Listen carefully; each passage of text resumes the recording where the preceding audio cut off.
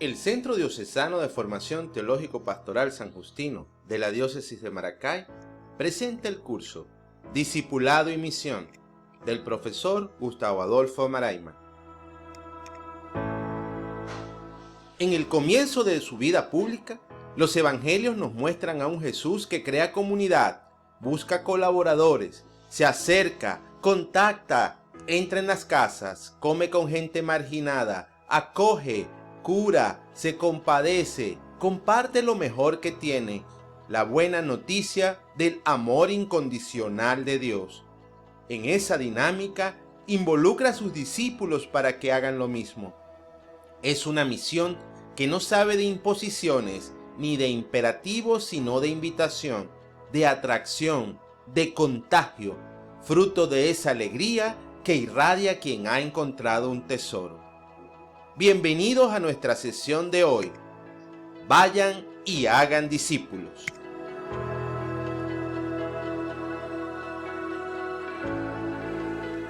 Para desarrollar el tema, haremos uso del capítulo 4 del libro Hacerse discípulos, una atracción del Padre, de Dolores Aleixandre. En ella, la autora propone un itinerario para convertirnos en discípulos. El punto de partida es iniciar en el sentido de la trascendencia. A continuación, iniciar en la lectura de la palabra. Y luego, iniciar el encuentro con Dios en medio de la vida. Comencemos entonces nuestro recorrido con el primer punto. Iniciar en el sentido de la trascendencia.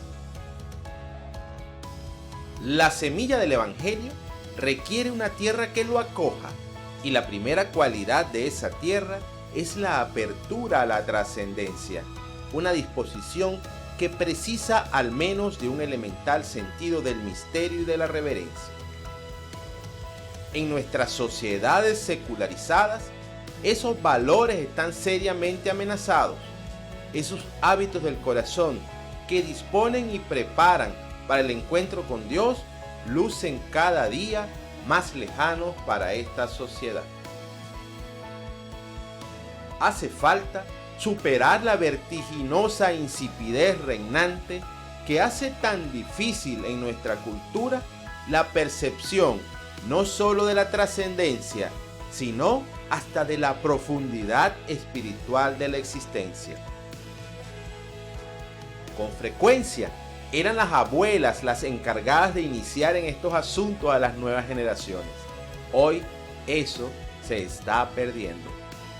Dolores Aleixandre se imagina entonces a una de estas abuelas dialogando con una nieta virtual y tratando de iniciarla en esos hábitos del corazón que acercan a Dios a través de 7 maravillosas historias.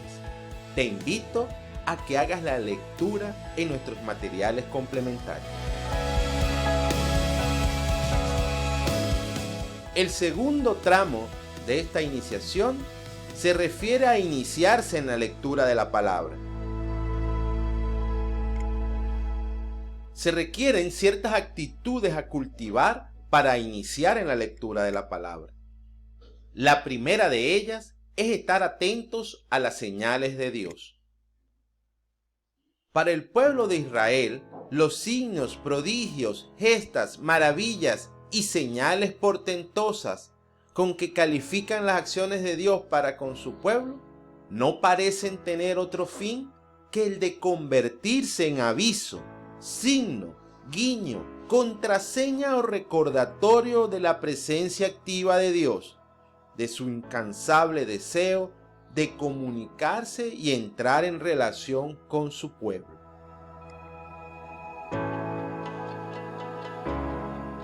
El segundo elemento es entrar en una dinámica pascual.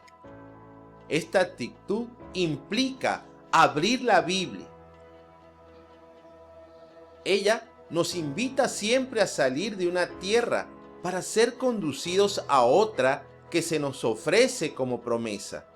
Y eso quiere decir aceptar ser ceñidos y llevados a donde no querríamos ir.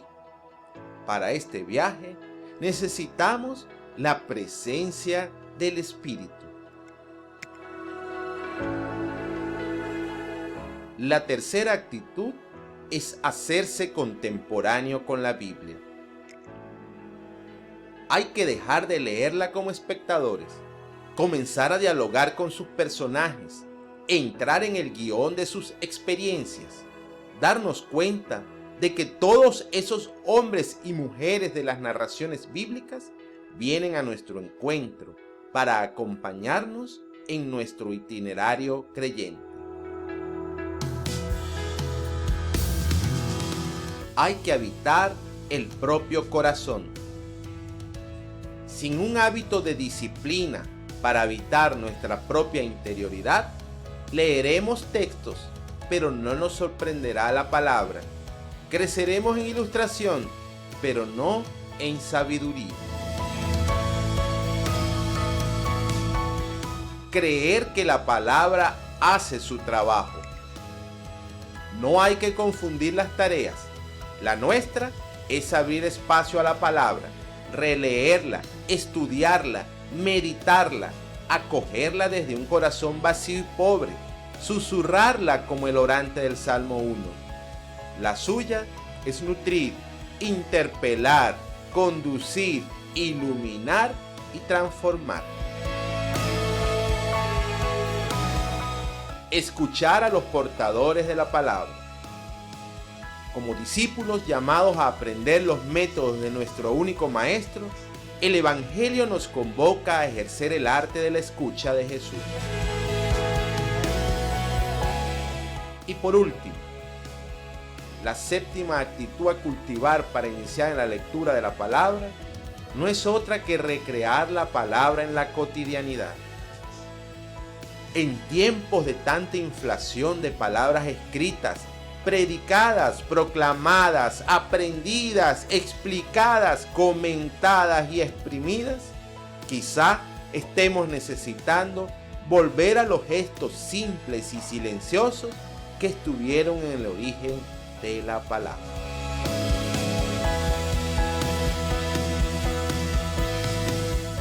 La relación de un cristiano con la Biblia no es como con un libro, sino con alguien.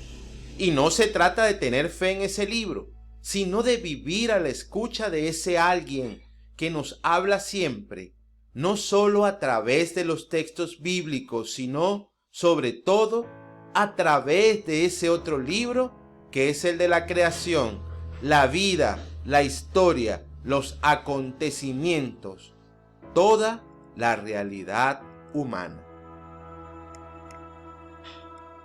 Así llegamos a nuestro tercer paso en esa iniciación, el encuentro con Dios en medio de la vida.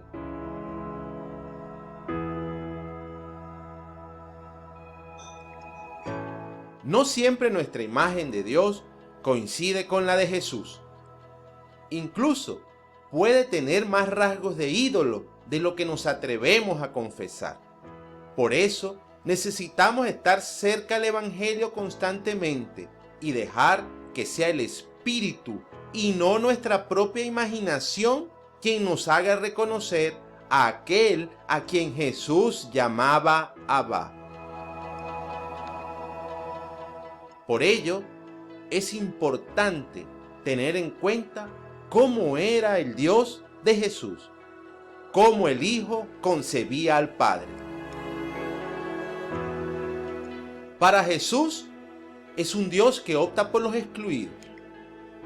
Es un Dios buscador de la totalidad. Es un Dios del amor gratuito. Es un Dios a favor de la vida. Ese Dios que opta por los excluidos nos recuerda que el acceso a Dios no consiste en un proceso de separaciones y aislamientos. La misión implica una estrategia de acercamiento al excluido, al oprimido, al olvidado. El Dios buscador de la felicidad, de la comunión, es ese Dios buscador de la totalidad. Busca lo pleno y lo total, no por acumulación, sino por donación. Cuando Jesús concibe a Dios como el Dios del amor gratuito, reconoce la gratuidad del amor de su Padre. Un Dios que crea por amor, ama incondicionalmente. El Dios a favor de la vida nos recuerda que al Padre no lo amenaza nuestra libertad. Al contrario, es el Padre el que fomenta en nosotros la iniciativa, la energía, la experiencia de vida plena y total. Vemos entonces las imágenes del Dios de Jesús. Este no es solo uno de los peligros que afronta la vida cristiana. Otro es el de limitar la referencia a Dios y por lo tanto la oración a una esfera especial, distinta de lo que podríamos llamar la vida ordinaria. Ya no es solo el riesgo de construirnos otra imagen de Dios, se trata también de convertir nuestra relación con Dios en algo abstracto, alejado de lo ordinario de nuestra vida cotidiana. La relación con Dios entonces se convierte así en algo a lo que reservamos espacios y tiempos determinados, fuera de los cuales esa referencia se debilita o llega a desaparecer. ¿Cuál es la consecuencia principal de esta circunstancia? Que vivimos una fe abstracta, alejada de la realidad, no inserta en la historia y por lo tanto ajena a la experiencia de lo cotidiano, ajena a la experiencia de la solidaridad, del ser hermanos con el otro.